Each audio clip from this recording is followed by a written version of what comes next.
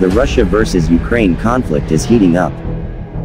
Russian President Vladimir Putin is said to have launched a full-scale invasion of Ukraine and has even today reached the Ukrainian capital, Kiev. The roots of the Russia versus Ukraine conflict can be traced from the history of the region's existence.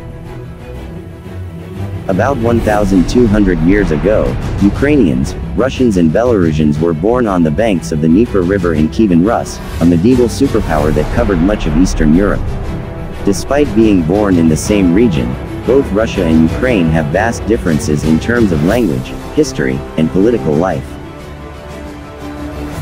However, Russian President Vladimir Putin has repeatedly claimed that the two are one part of Russian civilization. This claim was denied by Ukraine. According to National Geographic, in 988 AD Vladimir I, the Prince of Novgorod and the Great Prince of Kiev accepted the Orthodox Christian faith and were baptized in the city of Chersonesus in Crimea. Since then, Russia's leader Vladimir Putin recently stated, "Russia and Ukraine are one person, one unit." Russia versus Ukraine already in conflict in 1917 on the way. Russia versus Ukraine was already involved in a conflict in 1917 during the Bolshevik Revolution.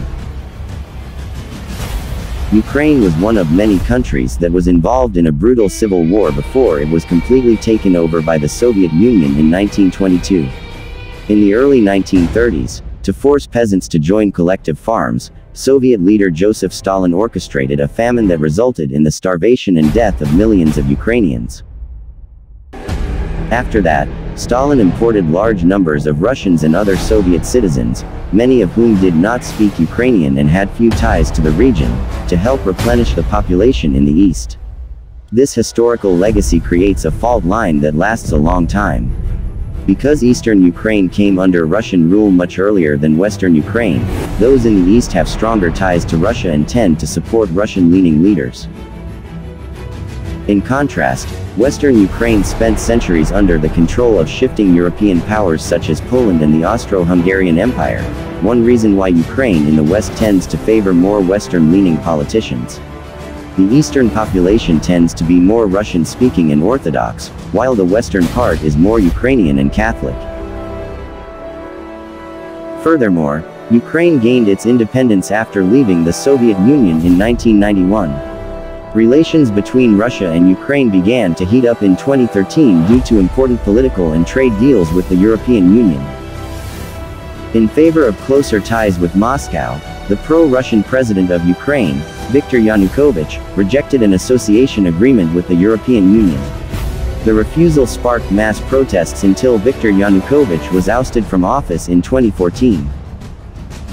Russia responded to the overthrow by annexing the Crimea region. In March 2014, Russia annexed Crimea, an autonomous peninsula in southern Ukraine with strong Russian loyalties.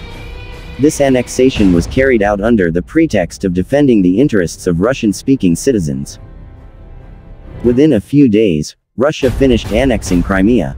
The annexation of the Crimean Peninsula led to the outbreak of pro-Russian separatist insurgencies in the Donetsk and Luhansk regions, where independence from Ukraine was declared.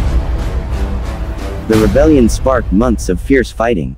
Noted, more than 14,000 people died as a result of the conflict. Then next, a peace treaty was held in 2015. Russia and Ukraine entered into a peace treaty to end large-scale fighting brokered by France and Germany. However, these efforts failed to reach a political settlement. The ceasefire was repeatedly violated. The Russia versus Ukraine conflict was also caused by Ukraine's desire to join the North Atlantic Treaty Organization, NATO. This sparked tensions between Russia, which seemed to forbid Ukraine from joining NATO. NATO itself was founded in 1949 and has expanded to 30 countries, including the former Soviet republics, namely Lithuania, Estonia and Latvia. Russia has spoken of a moment of truth in restructuring its relations with NATO and has highlighted three demands. He wanted a legally binding promise that NATO would not develop further. In 1994, Russia signed a treaty respecting the independence and sovereignty of an independent Ukraine. But last year President Putin wrote a lengthy article describing Russia and Ukraine as one country, and now he claims modern Ukraine was created entirely by communist Russia. He saw the collapse of the Soviet Union in December 1991 as the disintegration of Russian history. President Putin also argued that if Ukraine joined NATO, the alliance might try to retake Crimea.